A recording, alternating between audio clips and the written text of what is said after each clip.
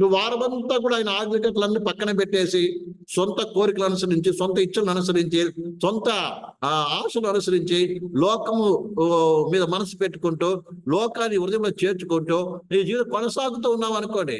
కొనసాగి ఆదివారం వచ్చేసి ప్రభా స్తోత్రం హల్లెలూయా అని దేవుని స్తుతిస్తూ ఆరాధిస్తే దేవుడు అంగీకరించేవాడు కాదు.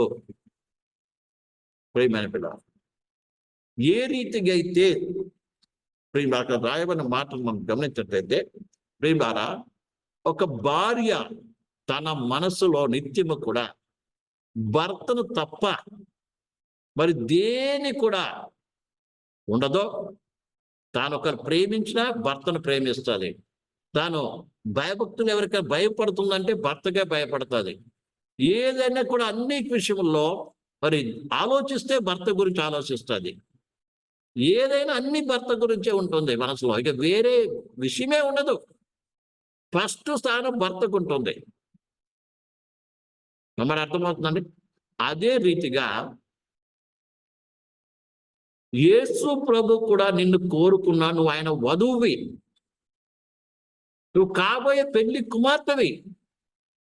పెళ్లి కుమార్తె నీవు కూడా ఏం కలిగి ఉండాలి?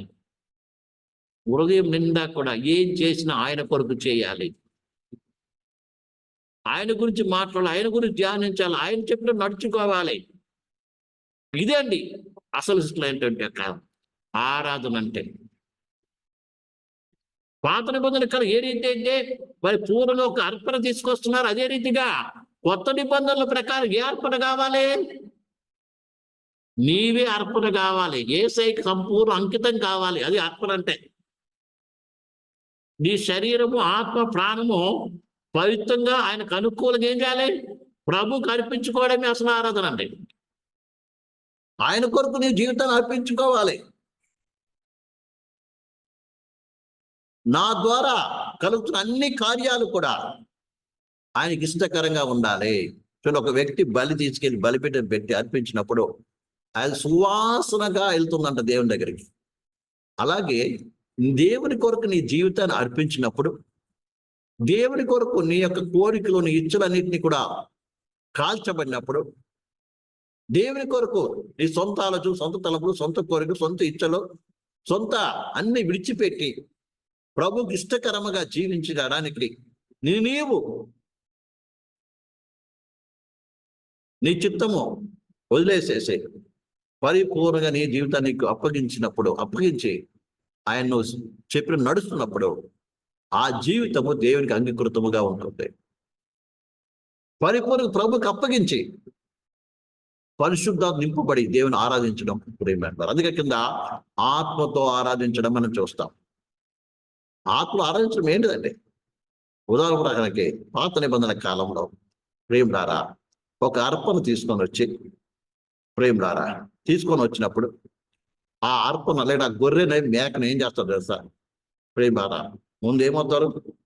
బలిస్తారు, అంటే దాన్ని వధిస్తారు.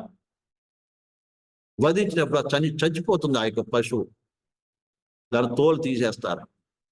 అలాగే ఒక్కొక్క భాగాన్ని విడదీసి అవన్నీ తీసుకెళ్ళి బలిపీఠ పెట్టి, లేదా కొవ్వంతని బలిపీఠ పెట్టి అగ్నితో కాల్చినప్పుడు ప్రేమారా ఆ యొక్క కాలుతూ ఉంటే అది సువాసనకరంగా దేవుని దగ్గర చేరుతుందంట. అదే రీతిగా నీ జీవితాన్ని కూడా పరిపూర్ణంగా ఏం చేయాలి? అర్పించినప్పుడు పరిశుద్ధ అగ్ని నీలో మండుతుంటుంది. ఆ మండినప్పుడు నీ మట్టుకు నీవేమవుతావు? ఆయనకి నీ జీవితం సరౌండ్ అయిపోతావు. ప్రేమ ఇంకా మీకు అర్థమని చెప్పాలంటే,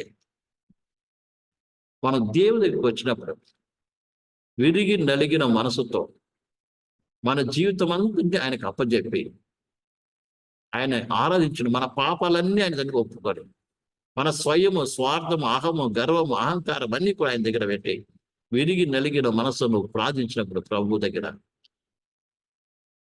ప్రేమ దేవుని పరిశుద్ధ అగ్ని నీ మీదకి దిగుతుంది.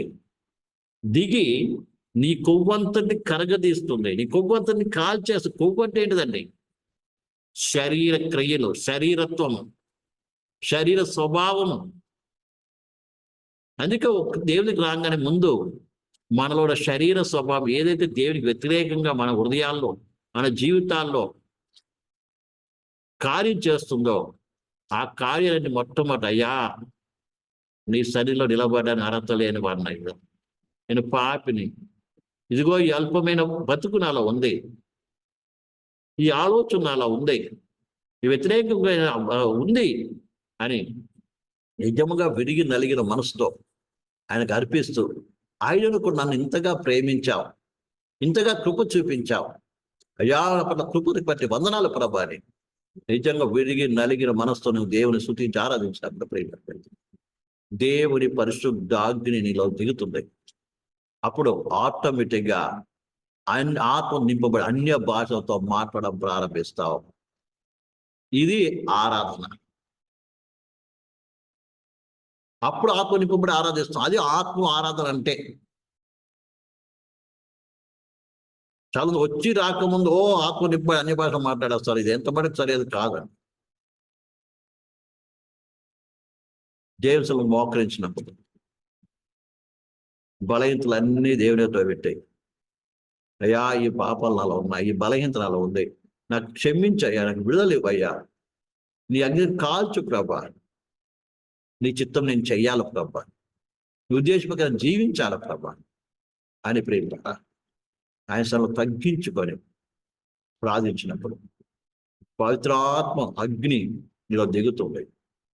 ఆటోమేటిక్గా నువ్వు ఆత్మ నింపబడి ఆరాధించడం ప్రారంభిస్తావు. అన్ని వాళ్ళు నింపబడి ఆరాధించడం ప్రారంభిస్తాం. ఇది అసలు ఆత్మలో ఆరాధించడం అంటే. అలాగే ప్రభు నీ పట్ల కృపను జ్ఞాపకం చేసుకొని, అయ్యో నేను ఎంత అయోగ్యులను, అపాతులు నా పట్ల ఇంతగా నువ్వు ప్రేమ చూపించావు, ఇంతగా నా పట్ల కృప చూపించావు అని విరిగి నలిగిన మనసుతో ప్రేమారా ఆయన స్తుతిస్తూ ఉన్నప్పుడు దేవుని అభిషేకం ఆత్మతో నింపబడి ఆటోమేటిక్గా అన్ని భాగంతో ఆరాధించడం ప్రారంభిస్తాం. కన్నీరు నీలో నుంచి వస్తుంది ఆటోమేటిక్గా. ఇది అసలు శిక్షణ ఆత్మ సంబంధమైన ఆరాధన. అంతేకాని చేసేదల్లా చేసేసి వచ్చి చేతిలో కూర్చొని ఎంతో భక్తి పరుడుగా ఏదో చప్పట్లు కొట్టుకొని గంతులు వేస్తే ప్రేమారా అది యథార్థమైన ఆరాధన కాదు. యథార్థం ఉన్నది దేవుని దగ్గర ఏం చేయాలి, పెట్టుకోవాలి ఆయన దగ్గర. ప్రేమ మన జీవితం ఆయన ముందు పెట్టుకోవాలి.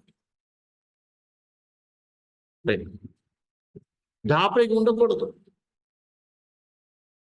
దేవుని ఏదో దాపరికం అనేది ఉండకూడదు. కప్పిపుచ్చుకునే ప్రయత్నం చేయకూడదు. ఎందుకంటే దేవుని హృదయాన్ని ఎరిగినవాడు, నీ నడక పడక లేచుక కూర్చుంట అన్ని చూస్తున్నవాడు. ప్రేమారా ఈ విషయాన్ని మనం బాగా అర్థం చేయాలి. అందుకంటున్నాడు అయితే యథార్థముగా ఆరాధించువారు, యథార్థముగా ఆరాధించువారు ఏంటంట, ఆత్మతోనూ సత్యముతోనూ తండ్రిని ఆరాధించు కాలం వచ్చుతున్నది, అది ఇప్పుడే వచ్చి ఉన్నదంట.